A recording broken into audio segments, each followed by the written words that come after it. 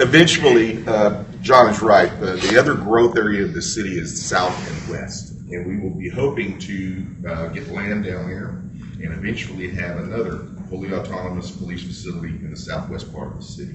So don't get confused when we talk about an actual precinct station and a substation.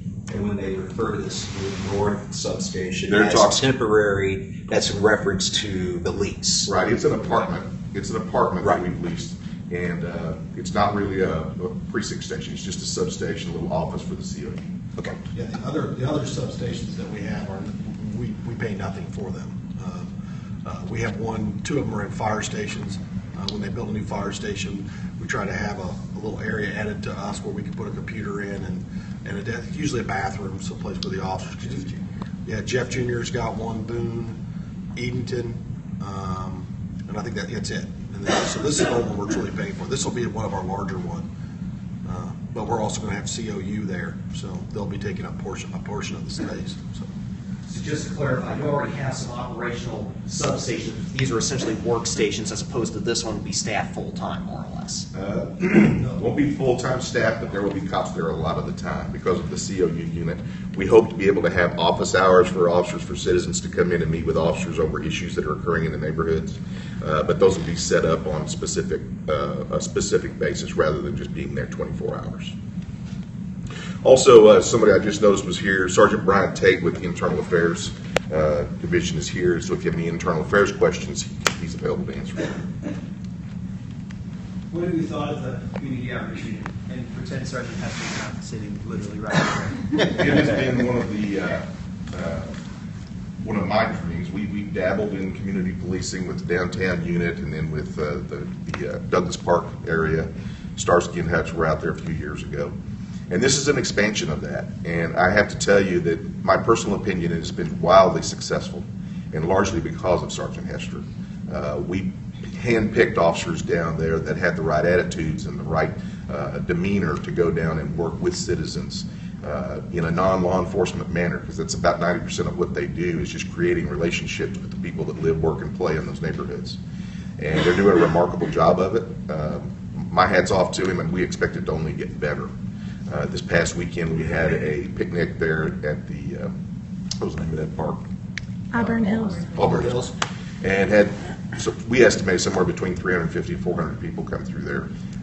And the officers cooked burgers, and a lot of you guys were out there, as a matter of fact. But it was a great success. We plan to continue to do more of it. Our dream is to do it all over the city, but it's very manpower intensive, as you can tell. We actually had to pull 6 officers out of patrol. And I'll tell you, I tell everybody that'll listen, you know, you may hear rumors that the cops don't like it, the cops don't think it's valuable. That's just the opposite. What the cops don't like is the fact that we had to take 6 officers out of patrol, because all that did was increase their workload. So the cops believe in it, would love to do more of it. We just got to have the resources to do it. Do you believe the COU's efforts have translated into better dividends when it comes time to investigate crimes or potential crimes? Of course, we hope that it will, and I think that those relationships that these officers are developing over time will show those kind of benefits. I think it's kind of early. I think Mike would agree. They're in the process of getting to know the people that are in the neighborhood and letting the neighborhood get to know them. We hope that it would reap those rewards down the road. Chief Burton. Yes, sir. Two quick, Brian Houseworth from KMIZ. It's good to see you. 2 questions for you, unrelated issues. I want to talk and ask you guys what you can about the Kent Heithold case. The last time I heard much, and I asked Latisha and Bryana quite a bit, and I know there's basically not a lot of updates, but Charles Erickson told the Columbia Daily Tribune a few months ago that he was going to file legal action saying he's innocent. I've not seen that legal action yet. Technically, he's in prison. He's pleaded guilty, although he says he's innocent. What is the status of that case, and is it an active investigation? Can you share any details on that? It is an active investigation. We do have detectives assigned to that specifically. And about the most I can say about it right now is that we do get calls on it, we do get follow-ups on it, and we follow through with those and investigate them. A lot of them are leads that have come in before that we followed up on previously, and we do our due diligence and continue to follow up on those. So Occasionally, it comes back up, and those detectives that are assigned to it are still on the case and still on the investigation. So it's an active investigation? It is an active investigation. I appreciate that. And then, Chief, the other question unrelated to that, Mayor Treese, his whole campaign was about public safety. I should say the whole campaign. It was about public safety and increasing public safety's budget, increasing officers. I believe he said we needed 50 new officers, something to that extent. How many officers does CPD have, roughly, ballpark? And what is the morale of your officers? Are they overworked? What's the morale from the beat? Let me answer the last question first. Yes, they're overworked. We are short in patrol by a number of officers. Department-wide, my estimate is we're short by at least 50 officers. And that's not just pulling a number out of the sky. You know, we've done a workload analysis. We had a company come in and help us look at our efficiency and effectiveness here about a year and a half ago. And they made some recommendations to some things we could tweak. But the simple reality is we need more boots on the street. And it's a difficult thing to do when you need that many at once. And I always say it's nobody's fault. It's nobody did anything wrong. It's just the city gradually grew and the department did not grow with it. And by the time we blinked our eyes, we were at 100,000 people and we were way behind. And so we're playing catch up now. And when I say we're short that many officers, it's based on a workload analysis that we've done internally, based on our calls for service. We answer over 70,000, nearly 75,000 calls for service every single year. And that number continues to grow as our population continues to grow. And we don't expect that to slow down any. So I applaud Mayor Treese for what he's trying to do.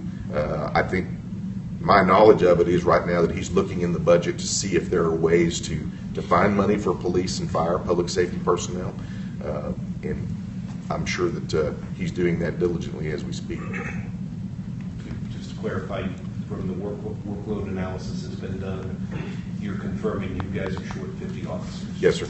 And I'll tell you that Chief Hunter here in investigations will tell you he needs more detectives. His detectives' caseloads exceed the national averages by almost double. And that's a tough place to be in when you're a citizen and you're calling and you want to know about your case and want to know how to get this piece of property back and what's the status of the guy you arrested and all those things. It slows everything down. Sure. And it decreases citizen satisfaction. And one of the reasons we're sitting here is we want to increase citizen satisfaction. One of the reasons we developed the COU and expanded on that was we want to increase citizen satisfaction. We want people to be happy with the services. And we're unfortunately in one of the businesses that very seldom do people want our service. Okay? It's something bad has happened, and we don't deal with people in a positive way very much. So we've got to find ways to do that. And the COU is one of them. This is one of them, trying to be a better service to you so you can get our message out. How many cases per detective off the top of your head? It's averaging anywhere between 45 and 60. That number fluctuates monthly, obviously. So we watch the caseload pretty heavily. If one detective is really high, we try to spread that out as effectively as we can. But every day they clear 4 or 5, 20 more show up the next day. So you can see it's frustrating, but you know they do a good job with what they have. Are you hiring detectives? Are we? No, we have. Are there any vacancies? I guess? No, there are no vacancies. So you're full up as far Correct. as Yeah. Well, the vacancies are there because he wants more detectives. But we have to get more officers before we can do that. And so we just look at that number that we need as officers, detectives, Sure. everything. I guess the CPD hiring, I guess, is Oh, yes. probably a better Yes. question to ask. Chief Richenberger, Yeah. tell you about our Are vacancies. you looking for a job? We're constantly hiring.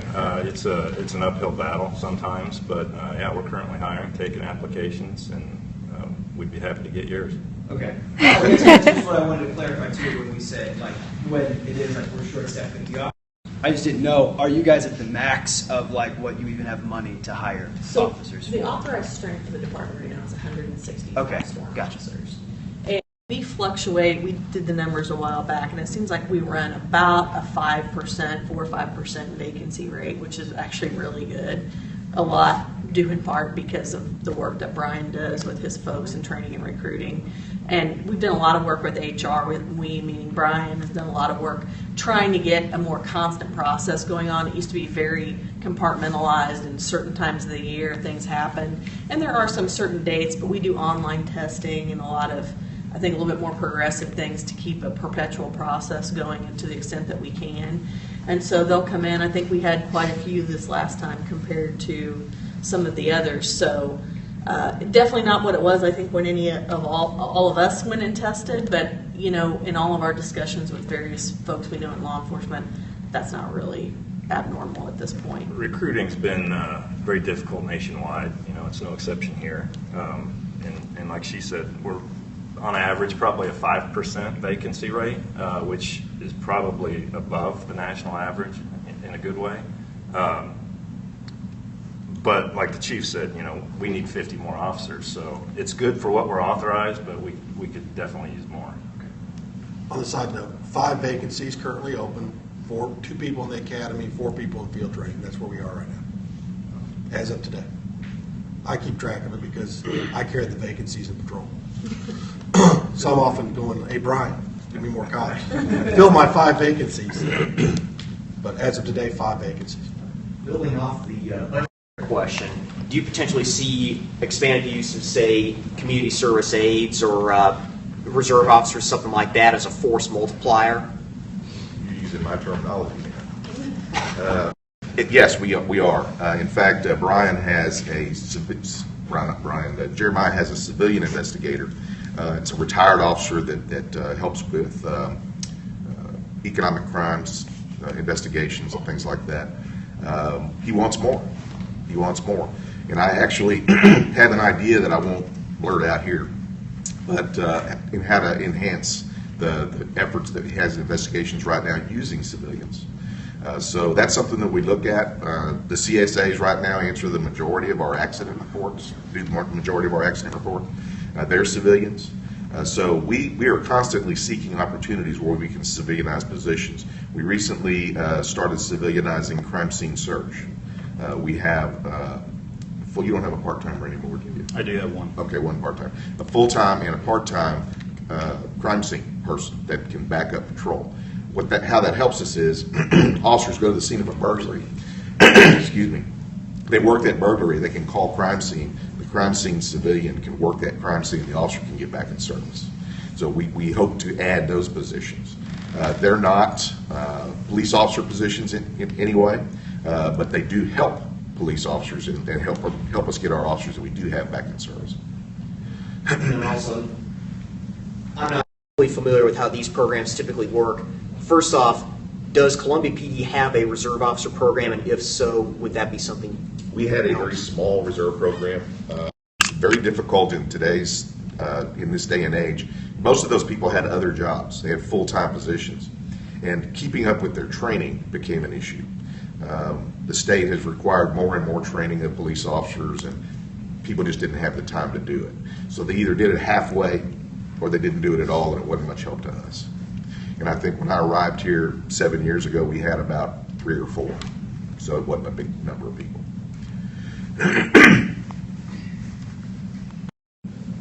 What do you guys think of? What do you think of the racial disparity index that the Attorney General collects? I think it's a bunch of numbers based on very limited information. And I think that we need to do a better job, or I would challenge our legislature to do a better job of finding out what kind of data they want us to give them before there's a lot of assumptions, broad assumptions, that a department is racist because of that number. And that number by itself means nothing. Okay, you have to look at why the stop was made. You have to look at whether or not a call for service was involved. There's a lot of information that literally would require our officers every time they stop someone to do a small novel, and they just don't have the time to do it. A traffic stop's pretty quick in nature. It takes 10 or 12 minutes usually. So the numbers they're gathering mean nothing. It's just a number that we feed them the numbers just like every other department does. I'm actually intrigued by some of the programs in other states. In the state of Kansas, for instance, you have the option of collecting the data, or you can have a citizen panel that, frankly, it looks like to me when it's described like our review board. And that review board reviews our policies and procedures and those numbers and things like that, and makes recommendations to the department. And we wouldn't even have to turn in those numbers. Unfortunately, for the last 15 years in Missouri, we've had to turn them in. And there's a lot of reasons for those numbers to be out of whack. It kind of frustrates me because basically it's implied that we're a racist department every year in June, and that's simply not the case. In some other states, going back a little bit, domestic violence has gotten a lot of in the last few years. I've read in some states what some police departments have done is gone out proactively, identified who were the most frequent offenders. Let me give you an example. I think it was Raleigh or Durham, I think, identified 17 people who account for the majority of their calls. Does Columbia PD currently have or have plans for a similar program? Yeah, that's a focused deterrence model we've been researching for almost a year now. Myself and several officers have been to Kansas City and looked at their No Violence Alliance. We've sat in on their call-ins. We've sat in, learned how they do it. Recently, I just got back from High Point, North Carolina. They've been doing it for 20 years there. We went there because it's very similar to Columbia Police Department. They're a little larger than us. But their data over the last 20 years have shown that their focused deterrence model, where you take the resources that you have and apply those to the most violent, the few that are causing the most trouble in your community, and you focus on them. I think he specifically was asking about domestic violence. The High Point program is actually not doing that. They have Yeah. taken that focused deterrence Yes. model and applied it to different. Domestic violence is one of the applications that they've used. So the most frequent offenders committing domestic violence, they've used this model in that as well, and they were able to reduce repeat offenders. I don't have the numbers in front of me, obviously, but it's substantial. So About the domestic violence. RW unit. What do you want to know about it? Just tell him about it. I think that's what he was asking. Our W unit has 2 officers assigned to it, 2 detectives right now. There's also a civilian assigned to it that helps conduct follow-ups. And recently there's a first responding advocate that helps assist us with any of the calls for service as they come in. So Specifically for domestic violence. Right. And it's been in place for quite a few years. yeah, How long we probably had 20 to- years at least. Yeah. Oh, yeah. How are body cameras doing? I think they've been awesome. My experience has been with them that they tend to disprove allegations against officers pretty quickly. We use them obviously in investigative work and everything, but I think that's been the biggest benefit is the complaints that we got. People recognize they're being videotaped, up, down. What'd you say, Brian? Well, as far as complaints, I would say what we're able to classify as an external complaint, we're kind of up as compared to last year. But I don't see that as a concern in the sense of we have officers doing more bad things. I just think it's a trend nationwide where people are more aware that if you're not happy with your service, we're going to call in and make that complaint. And we welcome that, and we'll look at every complaint. Obviously the ones that we do find that are sustained or that do have issues, we'll address those issues and either in training or through discipline, and we'll learn from it. But again, I don't see the increase as anything that particularly that we have a group of officers that are doing bad things. The numbers are really too early to tell if we've got a problem per se with a particular officer or a particular type of call or a particular allegation.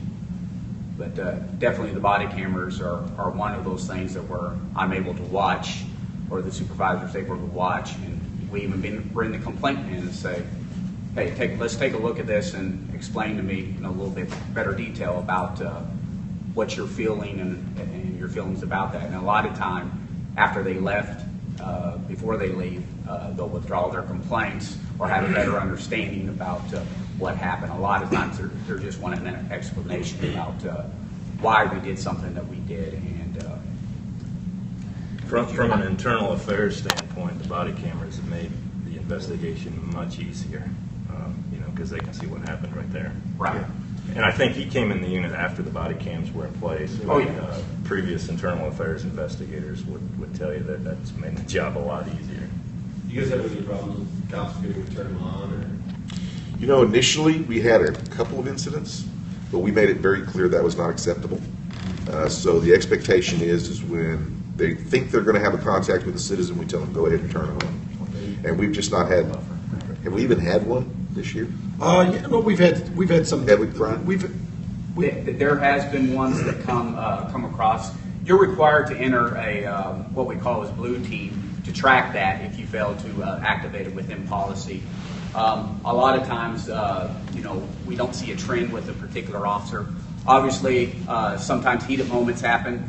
You stop somebody and they jump out of the car and they take off running. The last thing we want our officers thinking about is turning on that body camera. But when they're able to, we want them to get that on. And it's not an epidemic per se, to where I have an officer constantly doing this. We're human. It does happen, and it's those areas to where it's a mistake of the mind. Supervisors are dealing with that accordingly, and we're not seeing an issue continue any further. I think too, as far as complaints, IA reports directly, Brian reports directly to me now, and we've talked a lot about kind of, I guess you'd say, patterns or trends and complaints coming in. And one thing I would say is, having been involved even peripherally as a CPOA person when the CPRB first came into existence, I'll say that I see people complaining as their ability to be comfortable with the process that we have. If I don't think I'm going to be heard, or I don't think people really care if I make a complaint, why would I make a complaint?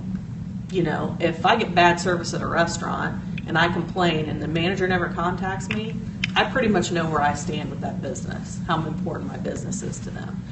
They don't really have a choice of another police department to go to per se, but I think when we see increased complaints come in, I feel a little bit more like people have faith in the process, because we do. I see a lot of times where somebody will come in, they'll have an issue, Brian sits down and talks with them, they watch the video together, and I've honestly seen people say, you know what, I don't even remember it happening that way. And now that I see it, my perception of an officer being rude, I was probably just upset because I was in the middle of a nasty custody dispute, and I just totally misread what the officer said. And we see that happen, and it's almost like a mini mediation that happens in his office with the video and him being able to sit there and talk with them about it.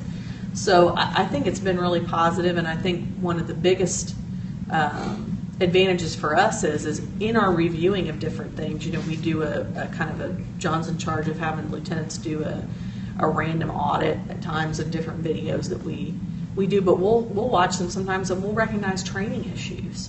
And if we can fix something through training or recognize a training issue before someone gets hurt or something bad happens, that's an added bonus. So I think vastly overall, even the officers who were nervous in the beginning would say that it's been a positive, very much positive thing.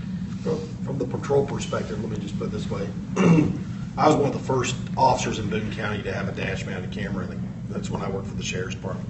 He's really old. Yeah, Columbia Police Department really has been on the technology side of things, really always been kind of ahead of the curve. I mean, this was one of the first departments to have in-car camera systems. So the Columbia police officers were already used to being recorded. It's just they didn't have the body worn. And I won't say every officer in the department jumped up and down and went hip hip hooray when we bought body cameras. But I would think, and if you speak to the union representative who's in the room, their officers will tell you these cameras exonerate them 9 times out of 10. I mean, we don't even, sometimes the officer doesn't even know the complaint came in because Brian or the chain of command looks at the video and goes, there's nothing here. And we do have a certain demographic group here called college students, And believe it or not, when they get arrested, they tell their parents something happened, and it didn't.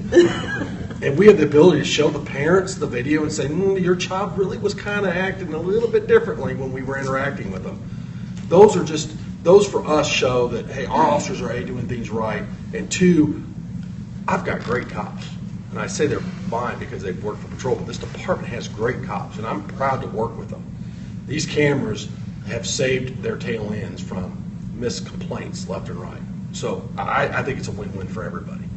So We were the first department in the state to go complete all the way. Everybody has to wear one if you're dealing with the public, and it's been a struggle for us trying to keep up because we take officers every once in a while. We'll put officers on overtime and work a special operation of some kind, saturation patrol, if you will, in high crime areas, and we had officers out there with no cameras.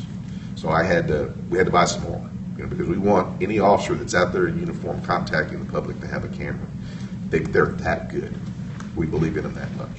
Have there been any issues with Taser and getting cameras or replacing them or evidence on storage or anything like that? Is that all going on? no, Taser's been outstanding to work with. I mean, they're very pro-customer oriented. In fact, we've made some recommendations for changing on a few things like how videos are stored or categorized, and they take those things and they had their development department run with it. I think it's interesting though that more and more companies are starting to model themselves after what Taser has done, which is good for us because then you have competition, which lowers pricing.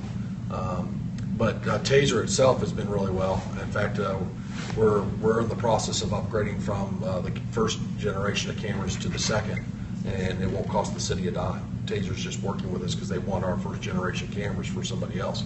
So we're going to be getting a better camera, and it's going to cost us nothing. So, Look at better resolution or better. The resolution, it's got some options that we're going to be able to work with. For one of which is kind of some of our first generation cameras. We bought them. The long tier of it was a 12-hour shift, so because the camera's constantly on. It's got what's called a pre-event buffering, so it's constantly recording, just video, not audio. So when the officer hits the camera, it pre-records the first 30 seconds of the video, video only. So because of that, the camera's always on. The battery is kind of wearing out. So now we've got cameras that are like hour 10 into their shift, and it's starting to go low battery indicators. The new cameras are going to have the option that we can change batteries, which is a huge plus for us. We won't have to send it off to have it fixed. We can do that ourselves. There's some signaling indicators, like if you turn on the light bar, and we haven't figured all this out because we haven't got the camera in our hand yet, but like if they turn on their lights, the camera will activate. Well, that would help our officers in the long run because then they don't have to deal with it. It has the ability to mute a conversation, so the video can continue to record. But if the officers are talking or interacting, they can mute the audio temporarily if they're talking about what we refer to as a case briefing.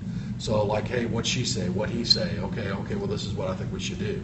They can mute those conversations now. But realistically, what makes it better is the camera itself has got more. They've taken officer suggestions and command staff, and they've integrated those into this next generation of cameras. So, but the best thing for us is we're getting rid of a year and a half cameras that are almost 2 years old, and we're getting brand new cameras for free. That's huge for us. The technology has come so far. We actually dabbled with body cameras in late 2009, early 2010 in the downtown unit. Yes, sir. Because officers were going into bars and students were saying this happened and he ate my driver's license and all this other stuff. And we put cameras on officers, and we saw the benefit. They just came down in price, and the technology actually got better because those actually had a cable, and you had to run through your shirt to the box here, and you had to hang the camera on your sunglasses or on your hat or on your lapel. And as you can see now, I don't think anybody in here has one on. Hester did, but he left. It's just a box here, right here on your chest. And the battery's better, the storage is better, everything's better. And we were fortunate that we started so early, and we were able to move with the technology. And when the technology and the price came to the right point, then we were able to buy them for the whole department. I would encourage any police chief that it's one of the best tools we have right now. So all you gotta do is just tap it? That's correct. Okay. How does training go for body cameras? So, Sergeant Tate, you brought up that, I mean, during chases, as you said, like, you don't want officers to have to worry about, like, oh, is my body camera on? Because there goes the suspect right there. But I feel like, aren't those the moments that you really want to have the body camera rolling? Because I feel like those are the most intense Well, let me answer moments this that real you want to. How do you put your keys to the ignition of your car? I guess. How do you put your car in drive? Button Just down. do it, right? Muscle memory. Same thing with the officers. The officers get used to hanging their microphones on the dash. They get used to reaching down and turning on their lights. They get used to turning on their sirens. They get used to working their MBT. They don't even look at it. It's muscle memory. I see what your point is, though, and Yeah. in training, what happens, what we try to tell them is, if you think you're going to have a contact, for instance, you're going to stop this car, go ahead and turn it on. Because then anything the driver does or anything will be captured. If you're walking up to a domestic, as you're walking up there, go ahead and turn it on. And so we get some film of the officer walking along in some of the grass in the front yard, and then it's already on, they don't have to worry about it. So that's the best thing they can do. And John's right, it's just automatic for them. The instance that Brian's talking about is the officer just didn't have the time to react. Something happens, like we had an incident downtown where the officers literally, the fight broke out right there in front of them. So they were grabbing people. I mean, it wasn't time to go, oh, hold on. Yeah, let me grab. So that, but the pre-event buffering turned around and caught the action before because they remember. So it's been very few of those anymore. What is the subject that we had a homicide on Sylvan Lane in late April? Man was killed. I know no arrests have been made, although there were a couple people arrested that night for, I believe, shots that hit a car on the connector. Can you guys talk about the status of that homicide? Are you getting leads and what the status is? Yeah, we're still getting leads almost daily, and that with all the other shootings that have been going on, obviously there's a lot to sift through, a lot of information going through there too. A lot of Crime Stoppers calls have been coming in referring to it, and so a lot of people to talk to because there was a lot of people present that night. So there are still leads to follow up on. It's still open, active, and we have assigned a few extra detectives to that case specifically. So because of the workload involved and all the people they still need to talk to. So Any suspects? not at this time. Does that investigation involve other departments in or out of the state of Missouri? No.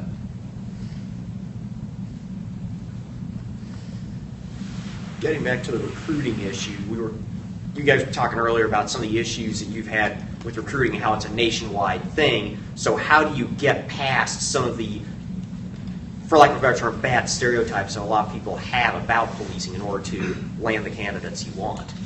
Well, that's kind of a difficult task. I mean, people watch the news. It's units like our community outreach unit. Those are things we're relying on now. The good relationships that we're starting.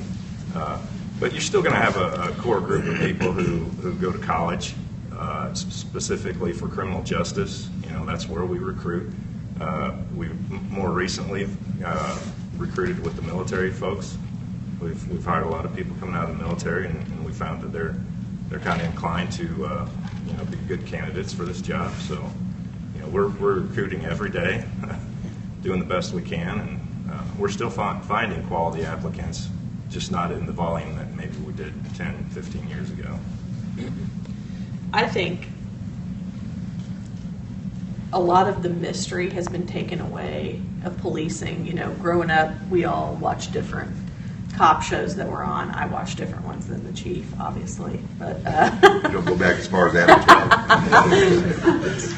But when you think about today, I mean, back then you really could convince yourself, oh, that's probably what it's like, right? Because we didn't really have, that was pre-cops, that was pre-body cameras, that was pre-24-hour news cycle where every single thing that happened was on there. And I think people are not quite as disillusioned anymore as they used to be about what law enforcement is. And honestly, even cops, right? I mean, you watch old cops episodes and you would think there was something crazy exciting going on every 15 seconds, which, you know what, in Miami, Florida, maybe there is, depending on what beat you're in. But I think a lot of the glamour and the sexiness of law enforcement has been taken away. And I think people take a step back and they say, okay, do I really want to enter this part of public service enough to make this type of salary, depending on the jurisdiction you're working in? You know, what's the working environment? What are the hours? What is the shift work? Am I okay with not having Christmas with my family for 5 or 6 years till I can make a better shift? I mean, those things are all, I think, in the forefront of folks' minds. And before, I think you could kind of trick yourself into thinking it was going to be more like, you know, NYPD Blue or, you know, nowadays maybe even CSI. And that's just not reality. And I don't think the reality is more on the front end now, so we have to sell it better. And I'm a glass half full person. If I'm not, I wouldn't function probably anymore. But I try to look at it as people who really want to be in public service, they're drawn to us. Because if that's not at your heart, nobody's getting paid enough money to make it worth their while. They're just not. Not nowadays. That's my personal opinion. $40,000 a year to go out and do what they're doing. Just at any moment, you're the next big news story, right?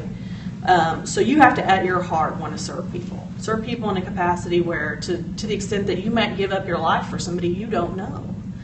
And I think that's a much higher bar than it used to be for folks.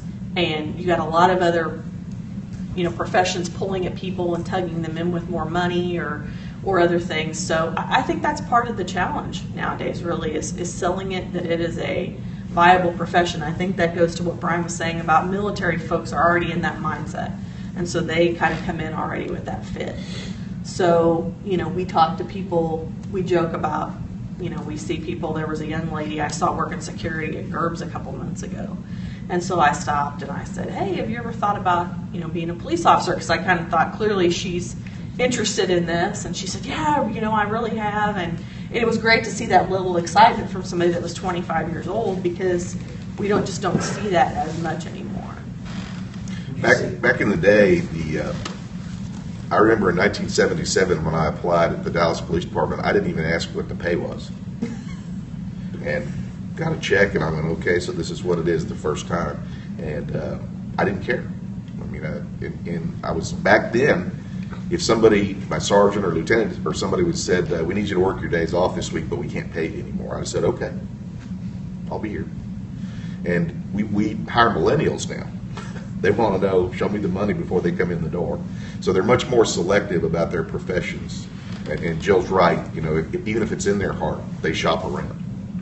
And so things are a lot different. It's hard for me to get used to sometimes. Well, and a lot of these millennials, they want to work 8 to 5. Monday through Friday. Or Monday through Wednesday. Holidays off and weekends off. So. And it's very difficult. People talk about our shift schedule. That's one of the things that comes up quite frequently.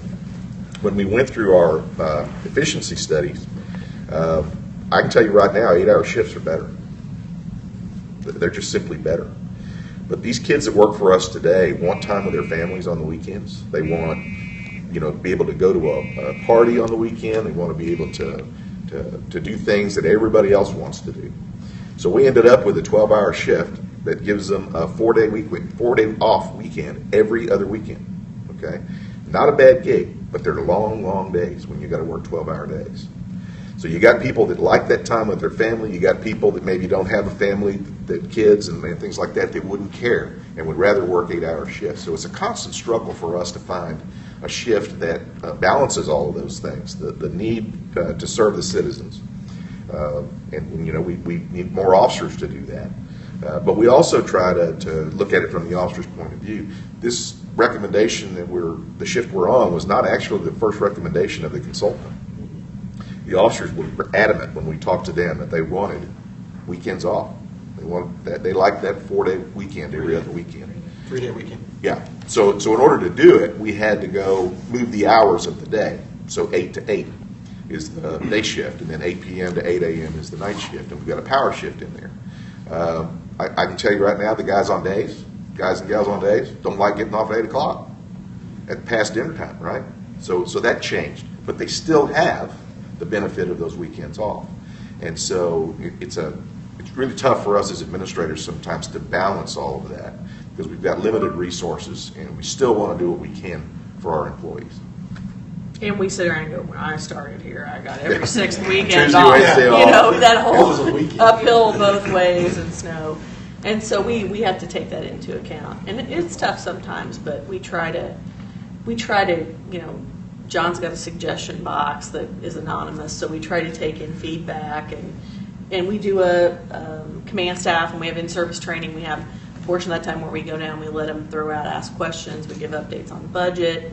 I can tell you those things did not happen when I started here. I'm not going to speak for John and Brian, but there just wasn't that much ability for two-way communication like I think that there is now. But, And our employees insist on it. They want to know about the budget. When I was a young cop, I couldn't have cared less. As long as I got my check and got to eat, then I was fine. But nowadays, they want to know what's in the budget, when are we getting new cars, you know, those kinds of things. Can we get a new flashlight? Can we get this? Can we get that? And so we try to respond to that as best we can and within budgetary limitations and keep them happy. But it's an uphill battle sometimes.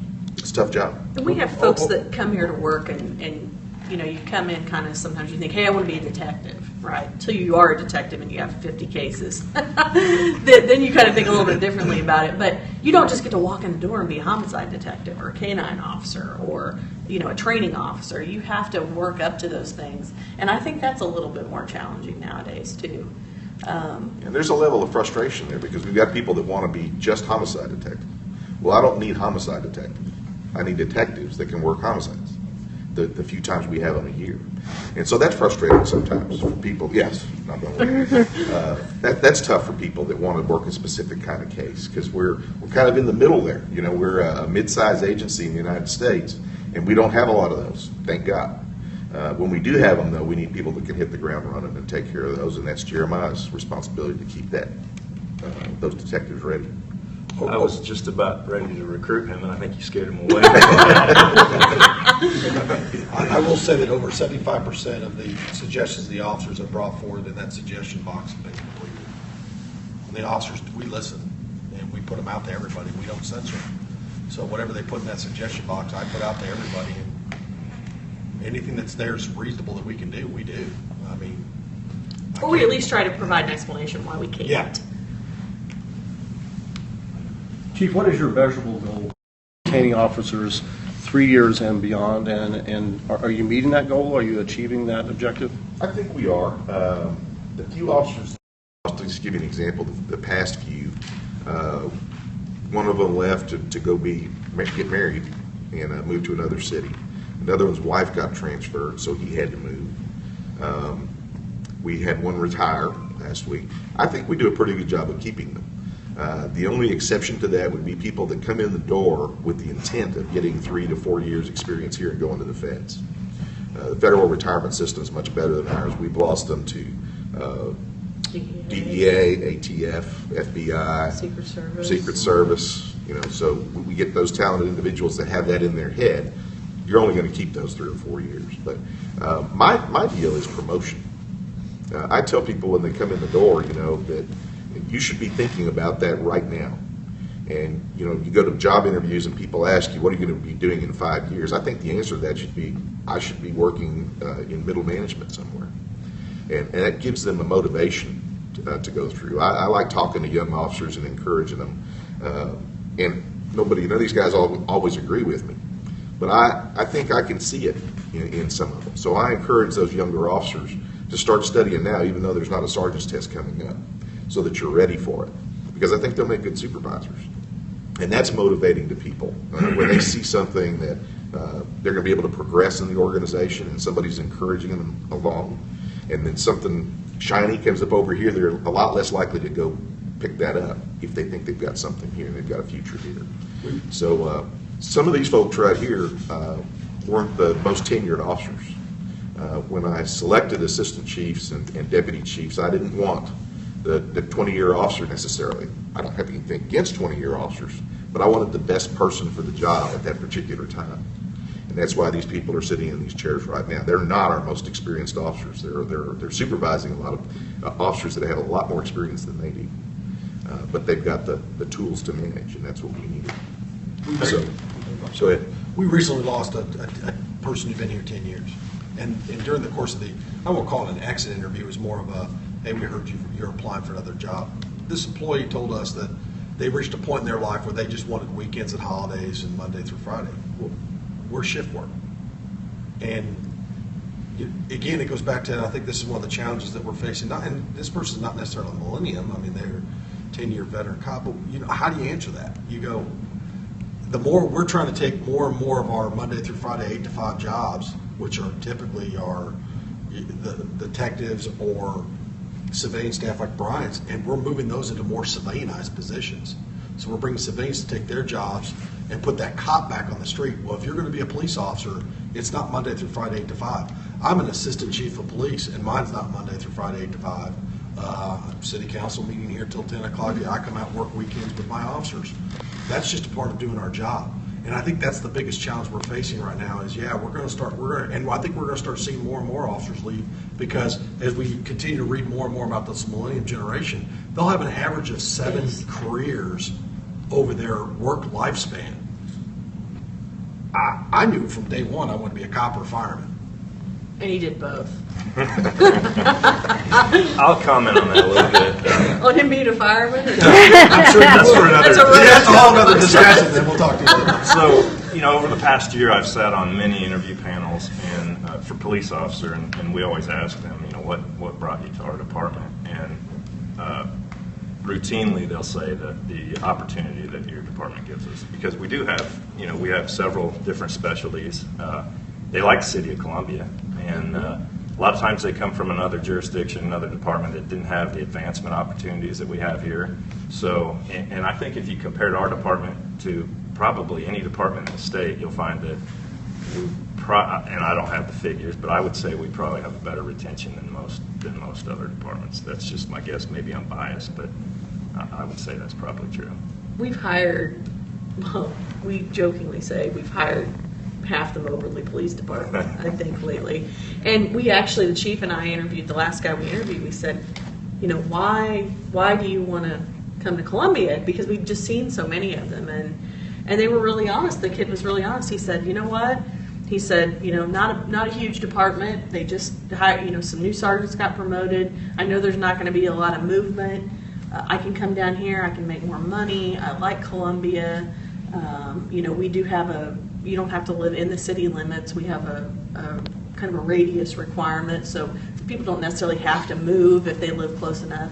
And he just said, I can come down here, I can do all these different things, there's room to move. And we've kind of heard that repeated over and over. And, before I got hired in Columbia, I was going to go to Kansas City Police Department. I grew up in St. Joe, so it's close to my family.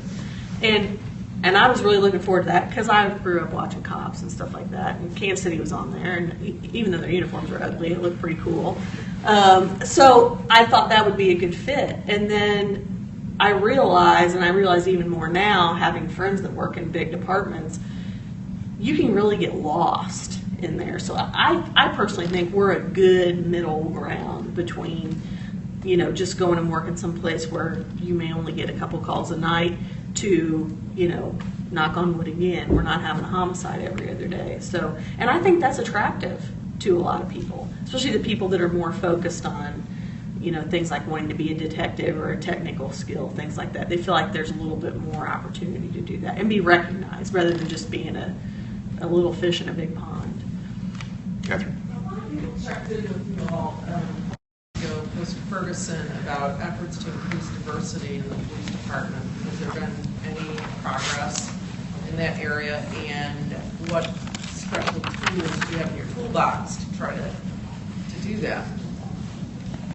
I'll go ahead and start that, and then I'll let Brian talk about it. It is a constant struggle. And I think post-Ferguson, it became even more of a struggle to attract candidates that, are people of color to come to police work. It's not that attractive for anybody anymore, just about. I mean, when you look at it, you got a choice of, like we've been talking about, working nights and going out there and putting your life on the line for someone you don't know for a very small pay. There are a lot of other more attractive jobs out there. And so not only do we have very few minority candidates, the ones that we do have, well, let's talk about those guys. They're now at ATF. One of them's at the DEA. I mean, these are the guys that we hire sharp candidates, and they don't stay because there's other opportunities for them elsewhere. And we're sensitive to that. We take them anyway, knowing we're going to lose them. But that's one of the biggest challenges in law enforcement today is getting enough minority candidates in your academy classes that actually represent the makeup of your city. It's extremely difficult. So with that said, we're competing with every other law enforcement agency, not to mention the private companies that are going to pay double that we are. So, that's a challenge. But one of the things that we do in recruiting is try to identify maybe schools that are primarily minority, and we'll maybe focus, make some contacts there. We've gone on considerably more recruiting trips across the state and even sometimes out of state. And recently, we got involved in and I don't know the proper terminology, but it's a marketing campaign on the internet that focuses on certain areas based with pop-up ads and that kind of thing. We tried that to maybe get some more exposure throughout the state in particular areas that we wanted to recruit. I can't really speak on whether or not that was successful or not. It's too early, but we are making efforts. I would say too, and I can't sit here and tell you that he's going to want to do a full-blown interview about it, but we had a community outreach unit meeting with the city manager and some of the other city staff that's working on strategic plan project. And I heard Tony Parker talk, what I felt like Officer Parker from the heart, about his experience as an African American police officer. And just probably in the 10 minutes I think he talked, I probably got the clearest perspective of what it must to be him in the current state of law enforcement. And I can't imagine, and he was very honest, I think, about some of the things that have been said to him by people that I think he even perceived were probably friends if you would have asked him. And I think that's really a struggle that it's tough for us to understand. And when you hear it from someone directly, it was really clear to me that is a tough choice for some folks. And he really takes it in stride. I mean, I don't think he was mad at anyone. I think he understood where they were coming from. But I think sometimes hearing it straight from those folks, I think it's a tough choice.